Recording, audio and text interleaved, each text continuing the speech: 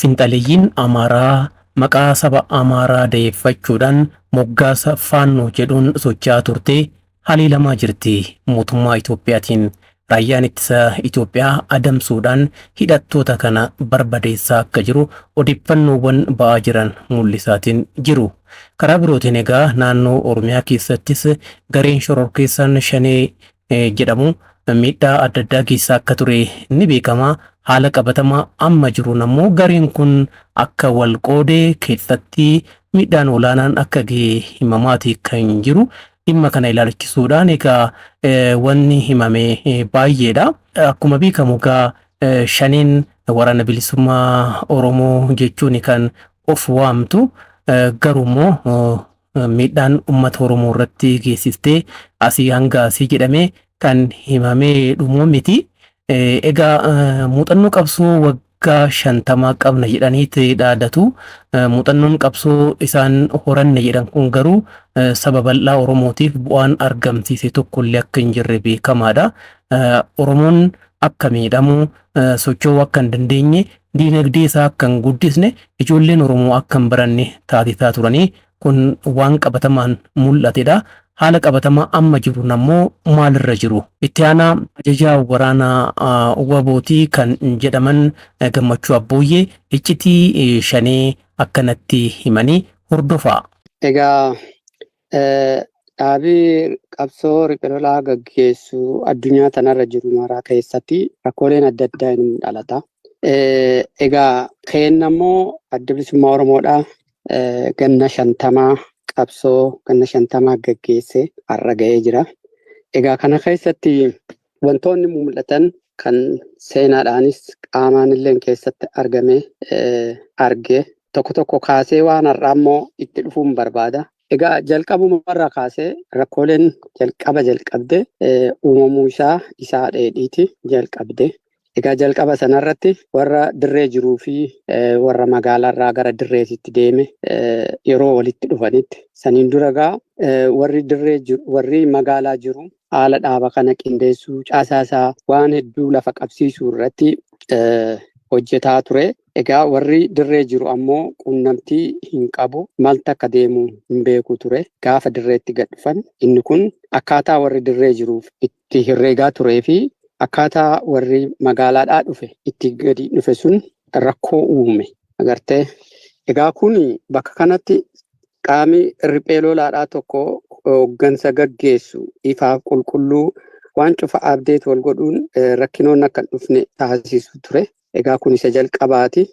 Kun rakkoo isa duraa hogguu ta'u isa lammaffaatti irratti ammoo rakkoolee kanaayyuu ilaameedhaan furuurra namuyyuu yaada isaa dursuun kun ammoo deebi'ee egaa miidhama kasaaraa guddaa dhaaba irratti fidee bakka lamatti bahuun dhalate jechuudha. Egaa inni kun isa jalqabaati. Egaa kana keessatti kasaaraan yeroo san mudate kan mul'ate yeroo chaartaraa ture jechuudha. Yeroo Tigree fi Dargiin kufe gaafa san rakkoon dhalate sun yeroo sanatti tokko ta'amee deemni dhabuun sun paaworii waraanaadhaa. Yeroo sanatti gannu buusee warri ammoo paaworii waraanaa guddaa qabu akka barbaade tochuutti isa geesse jechuudha. Egaa gufuu ta'e yeroo sanatti jeequmsa ta'e. Egaa jeequmsa sun waraanalleen yeroo sana ture hin facaase ganna 17 dabre sanatti waraana gaafa sana faca'ee hin geenne jechuudha. Kasaaraa guddaadha jechuudha. Egaa sanbiras dabramee bakka lamatti bahamee osoo bakka sana deebi'amee hin dhaqqabamin chaartara seenuun dhufee wanta duratti jedhe san cufti nu mudate jechuudha. Sanaan booda egaa dhaabii kun akkanumatti dhufee yaadii walitti agarsiisuun wal dhugeeffachiisuu dhabuun gartee hir'inoota yeroo sanaatti chaartara keessatti fidee boodarra ammoo deemee egaa korri sabaa hatattamaa 98 Somaaliyaatti taa'een booda akkasumatti bal'atee dhufe. Egaa deemee rakkoon sun osoo hin furamin 2000 jalqaba irratti haalota waliin fudhanne tokko dhalate wal fudhachiisuu dhabuun mul'ate. Sanarratti saayidii qabachuutti gaffidee jechuudha. 2001 deebi'amee bakka lamatti akka bahamu taasisee jechuudha. Egaa silaa jalqaba seenaa kabarannuu fi tokko waan gaarii abbaan kee yookaan namni si dura jiru sun godhe akka sanarra deebitee jabaasitee jabaa goote yookaan dura tarkaanfachiiftu godhuudhaaf barata. Lammaffaan ammoo rakkoo yeroo san keessatti mudate adeemsa kee egeree keessatti akka inni deebi'ee si mudanne barumsa irraa fudhata. Qabsoo gaggeessaa jirta. Warraaqsa kan gaggeessu jirtu. Qabsoon kun ammoo kasabaati. Abbaan qabsoo kanaa saba ilma isaatti gabbaraa jira. Fedhii fi yaadi isaatillee achirratti hundaa'ee ilma isaatti gabbare. Kanaaf ka qabsaa'otaa osoo hin taane kan sabaatii jechuudha. Ilma isaatti gabbare. Qabsaa'onni kana laaluu malan. Kana laaluun hanqatee 2001 odoo sanarraan baratamin deebi'ee rakkinni akkasiidha. Jeequmsa akkasii raafame akkasiidha sun 2001 dhalate. 2001 hogguu dhalatutti isa duraatirraa dhaabuma keessattii fi nama murtaa'e irrattitu ture. Yeroo 2001 dhufutti ammoo hawaasaas darate. Hawaasis bakka lamatti ba'uun namuu yaada isaa garagaratti namaatti himachuun nama dammaqchuun inni kun hawaasichas lama qoode. Dirree waraanatittis waraana bakka lamatti qoode.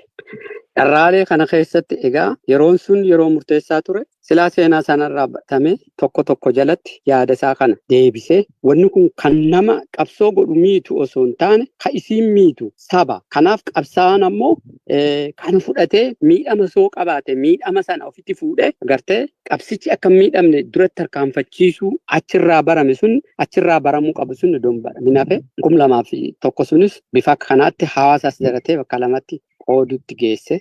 Boodarragaa humnaan furamuudhaaf deemame sun yaadii gamlachuyyuu humnaan furuudhaaf deemu sun gam tokko waraana keessatti akka deebi'ee waladhuun mudate achiin booda qaami tokko gara mootummaatti gaduu dhufe kasaaraa guddaa fide jechuudha. Osoo kana keessaa hin bahin antu kanan qaamaan keessa jiru. Hawaasichis akkuma lamatti qoodameen osoo jiru adeemsa keessatti xiqqaatu jijjiiramni dhufaa osoo jiru waraana gaafa 2001 dandeettiidhaanis baay'inaanis keessattuu dandeettiin qondaalota yeroo san jiru osoo ganna 8tti bakka sanatti hin deebi'in 2008 deebi'ee dhufe jechuudha. Egaa 2008 deebi'ee dhufe bifuma sanaatittiin 2001 irraayis sanaan dura ture irraayis akka inni kasaaraa saba kanatti fide akka Oromoon itti miidhamte akka Oromoon tokkummaa isiitti dhabde osoo lakkaa'amee jiru kan bahameef sabaaf ta'e garuu miiraan deemiin kiyya caala jechuun yaada wal jalatti galuun walii cabu dhabuun miidhama kaleessa san ammas deebisee daree agarte. Kana keessatti egaa wanti saba kanarra gahe miidhamni saba kanarra gahe baay'ee guddaadha. Qabsoon isaa duratti kan tarkaanfanne isa godhe hamlee isaatis buuse 2008 sun deebi'ee bakka 2-3 gara 5tti deebise osoo tokko ta'ee diinatti fuulandeeffatin 2008 wanta tatta'ame namuyyuu garagaraan akkasitti qoodamee gale kan agarraa turree jechuudha. Duuba silaa qabsaan qabsoo godhu isa dura jirurraa isa duraatirraa inni lammataa baratu isa lammataatilleen yoo bir dabarte taate inni sadaffaan itti daruun mala kan miidhamaa jiru sabicha qabsoon kun ka sabaati fedhii fi hawwiin yookaan akkaataan itti deemamu kiyya caalaan osoo ka dhuunfaa ta'e heeti kan gaggeessaa jirtu ka sabaati wal jalatti galamuu dhabuun yaada kana walii araarsuu dhabuun miidhamoota kasaarota agartee sadarkaa sanatti hin jenne fiduu isaati. Egaa deemee qabsoon kun bakka amma jirru kanatti ga'ee har'a ammoo qabsoo kana rakkooleen gaafa sana fide waan har'a dhalataa jiru kana hanqisuu danda'u akka deebi'ee darana babal'atu akka deebi'ee ummati kun itti miidhamu sadarkaan gannoota jaan dabre kun keessatti dabarfame cuftiyyuu wanta sanarraa kan maddee jechuudha agarte. So silaa qabsoon nami dhaaba kanaa ganna 50 lakkoofsise. Seenaa guddaa, injifannoos guddaa kan qabu, waan baay'ee keessa rakkoolee adda addaa keessa ofitti hirkannoodhaan dabree bakka kana ga'e agartee har'aaf galaa ta'u yeroo ammaa kanattis deebi'e ammoo rakkina kaleessaa sanarraa nami barachuu dhabuun hir'inoota adda addaa sanaaf deebi'amee ammas bakka kennamuutu mul'ate. Egaa nuti yeroo ammaa kanatti maan keessa jira kan jette hubannaa kanarraa kaanee qaamii hamma qabsoo kana gaggeessaa jiru ABO'n waraanni bilisummaa Oromoodha. Wanta kaleessa dalagame sanarraa waan hanqate sana guutee wanta rakkoolee ta'an ammoo bifa akka kanaatiin akka inni furee itti tarkaanfatu tattaafataatuma carraaqaatuma maaliif jennaan yaada yoo gargar illee beetaate dhiiftee jala kanatti wareegama barbaachisu baaftee lubbuu soo feesiste taate lubbuu feesiftee akka inni gargar hin baane duratti tarkaanfatu godhuudhaati. Isa kanatu qabsoo kana duratti tarkaanfachi isa kanatu Oromoo abbaa biyyummaa isaatiitti deebisa waan taateef fedhii dhuunfaadhaa yookaan sitti dhaga'amu miira sitti dhaga'amu yookaan yaada sitti dhaga'amu san liqimsitee wareegama jechuun tokkoon lubbuu dhabdee wareegama lubbuuti qaamaan wareegamta. Sadaffaan ammoo qabsoo kan duratti tarkaanfachiisu jechuun miidhamuullee si feesisa. Miidhama sanallee liqimsuu qabda. Akka dhuunfaatti jechuudha. Akka dhuunfaatti wareegama sana ofitti fuudhuu qabda. Ati godhaa jirtu ka sabaati kan keetitii miti. Qaama wareegamaati agarte. Isa kana fudhachuuf wal fudhachiisuun yeroo dheeraadhaaf tataafanne walitti isaa keerne waan baay'ee keessas wal dabarsine kan ta'uu qabu isa kaleessatiiniti. Kan ta'uu qabu wareegama amma jedhe kana cufa fudhannee laafinoota walitti akeekuudhaan tokko taatee deemuu qabda. Deemamuun malee Oromoon waan hedduu qabdi. Namoonni hedduun garuu waan Oromoon kaleessa keessa dabarte itti fayyadamaan turre itti fayyadamuuttis hin jiru.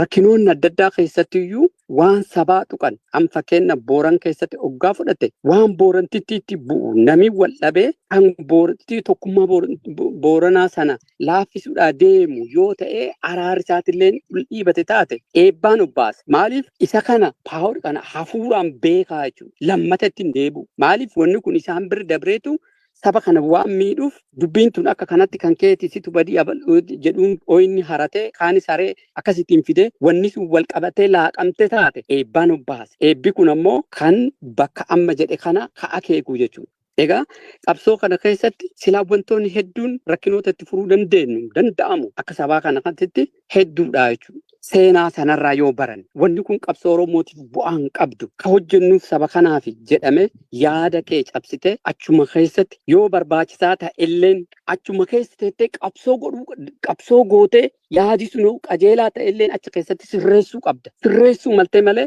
akka kaleessaa sanatti har'a Oromoo waan miidhu Oromoo waan qoodu godhuu hin qabdu. Kuni waan seenaa keessatti Oromoo muudatee dabreedha. Gar fuulduraatiifis muudachuu hin qabudha ka jennu bifa akka sanaatitti egaa rakkooleen dhalatan keessattiyyuu yeroo ammaa kun baay'eetti ulfaataadha. Egaa qabsaa'onnis hawaasi kennas akkan duratti jedhe sana keessatti barnoota isaarraan fudhanne namuyyuu qooda keessatti fudhate isa dirree jiru qofaaniti kana keessatti kanan kaasuu barbaadu. Gaafa rakkoloonni kun amma olitti tuqeessana kaafamu kan irraa yoo beekne illee taate isa lamaan kana keessatti gaafa rakkoon sun dhalate rakkoon sun mudate qaawwii nyaaphaa nutti baname. Hawaasa keessatti illee Oromoo fakkaatee hawaasa seenee hawaasa kanatti gargar qoode akka yaadi sunuyyuu gar tokkotti hin dhufne goosisu ture jechuudha. Dirreetti illee gaafa rakkoon tun dhalatte ka'anuu keessatti argee beeku keessatti nutti ergame warra waliin turerra warri keessa dhufe sun akka rakkoon tun babal'atu godhaa ture jechuudha. Keessatti ammoo ka'ammaa yeroo dhiyoo as keessatti ta'ame kun qaama biyya hawaasaa jiru kanas hir'inoota jiran akkan duratti jedhe sanatti furachuudhaaf tattaafachuurra rakkinni kun sabuma miidha jedhamee ka ofii dursuurra liqimsanii wal fudhachiisanii sabaa kaleessaa isaanii sanarraa badhatee qoodii inni achitti godhu dirree kanatti guddaadha. Kana godhuu dhabuun bal'inaan kan qara dabreetirra kan yeroo kanaatitti irra guddaadha. Waraanattillee waa galchuun bifa akka kanaatitti walitti buusuun kanneen akkasittiin haalleen hir'inootaa fi laaffinoota jiran kana babal'isuun wantoota akkasiidhaa sun yeroo dheeraadhaa nurratti hojjetamaa ture. Egaa barnoota jechuun seenaa barachuun silaa waan baratte san wanna san hojiitti hiikuu qabda. Angaruu hin dhagahamee malee miidhama isaatiif seenaa sanaayyuu qulqulluutti namitti ilaaluu dhabuun miidhamoota ammoo ammas hafuura amma jiru kana fide carraa kanaan sabiqin warraaqtoonni waan keessa dabrame kana seenaa dabrame kana qaawwota uumamuu fi akkasitti keessa seenamee godhamaa kaleessa akkasitti dhufe kana irra deebi'anii kan laalan boruufillee kan ta'uu danda'u akka kanatti yoo hubatan qabsoo kana garfuulduratti tarkaanfachiisuu hin danda'amu. Yookaan ammoo akkuma kaleessa sanatti ta'uudhaa deema. Garuu akka nama siin jedhe kanarraa kan ka'an wal jalatti deebi'uuf waan barbaachise wal mormine wal falmine kun hin ta'uu qabsoo Oromootiif hin fuudhu wanti nuti kaleessa dabre rakkoo akka itti furamu dhabnee gargar bahamee bakka 3-4tti bahamee diinaaf karaa saaqame kun cufti ammatti ta'uu hin qabu. Yoo dogoggorris jiraate, yoo badiilleen jiraate, yoo miidhamilleen jiraate, ka sabaa sanatti durfamuu qaba. Ka Oromootu duratti deemtu sunitu keessattiyyuu yeroo ammaa kana keessatti wanta deemaa jiruu fi haala paartii keessatti deemaa jirurraa ka'ee miidhamni Oromoodhaa guddaa ta'uu ati qabsoo kabaateef saba kanaaf dhuunfaa fi miti jedhamee walitti agarsiisaati. Egaa gam tokkotti deebisuudhaaf tattaafatamaa ture ammas ittum jirama. Egaa wanteen hedduutu jira. Wanti jal'ates mar tokkotti qajeeluu hin danda'u. Laal waan jal'ataa tokko amma muka jal'ataa tokko muratte battalumattan diriirsee qajeelchaa yoo jette hin cabsite. Guyyaa guyyaadhaan ibiddaan qaqanii as garagalchanii takkan garagalchanii guyyaa tokkoon akkas gootee steepaan fuutee booda sallata sana yookaan ulee sana qajeelchita. Yoo ati ammoo yeroo tokkicha sanatti qajeelchatte hin cabsita jechuudha. Egaa adeemsa keessatti akka kanatti kaammaate qajeelchuun wanti guddaan tokko ammoo mammaaksa Oromoo keessatti waliigalan malee alaan galan kan jedhu waan salphaaniti keessattuu qabsaa'otaaf. Kanaafuu liqimsuu qabda, liqimsuun qaba. Anatu jira jennee yoo fudhatamullee baate taate eessatti teete akka inni deebi'ee qajeelu warra akka inni deebi'ee qajeelu qabsoo godhu yoo lubbuulleen si feesise taate lubbuu baaftee qajeelchuu malee alatti baasuun kakaleessa Oromoo cabsee wareegama kaleessaa hanga sana silaa bu'aa qabeessa ta'uudhaan malee akka inni deebi'ee har'as wareegama dhibiidhaaf bahu taasise. Kanaaf kun akkanatti deemii hin qabu jennee egaa hanga tokko walitti geessaati sadarkaa amma akka dirreetti irra jiru akka amma deemamaa jiruu fi hafuura amma jedhamaa jiru kana miti jechuudha. Kamiyyuu waanan amma kaase kana fudhataa jira. Iskan malee ta'u qaami kamiyyuu ammoo deebi'ee of laaluu qaba. Wanta waan kana affeeree cufaa laallatuu qaba. Oromoon gar fuulduraatitti keessattuu yeroo sa'aatii ammaa kanatti deemsi Oromoodhaa bakka inni jirurraa kan amma bakka inni jiru haalli impaayiritiin tun itti jirtu. Miidhama Oromootitti dhufuudhaa deema. Kanaaf kakaleessaatirraa barbaachisaa taanaan lubbuulleen safeessituu keessatti qabsoo gootee sirreessuu qabdaa malee alatti bahuun hin jiru kan jedhu.